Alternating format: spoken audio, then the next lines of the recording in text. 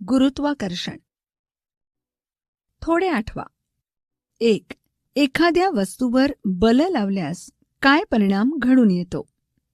उत्तर: एखाद्या वस्तूवर बल लावले असता त्या वस्तूचे एका ठिकाणापासून दुसऱ्या ठिकाणी स्थानांतरण होते. 2. तुम्हाला बलाचे कोणकोणते प्रकार माहीत आहेत? उत्तर: गुरुत्वाकर्षण बल, घर्षण बल, स्थितिक विद्युत बल, चुंबकीय बल. 3. गुरुत्वाकर्षण बलाविषयी तुम्हाला काय माहिती आहे?